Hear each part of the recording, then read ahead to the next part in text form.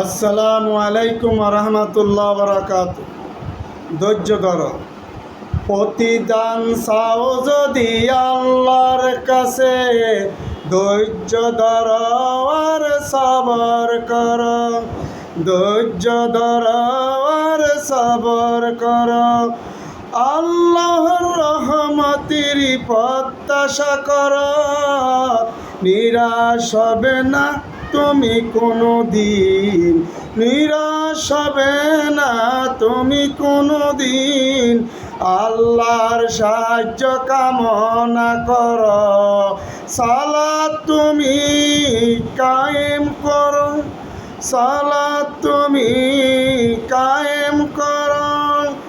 নিশ্চয় সাহায্য পাইবে তুমি, সবর করিতে পারো যদি।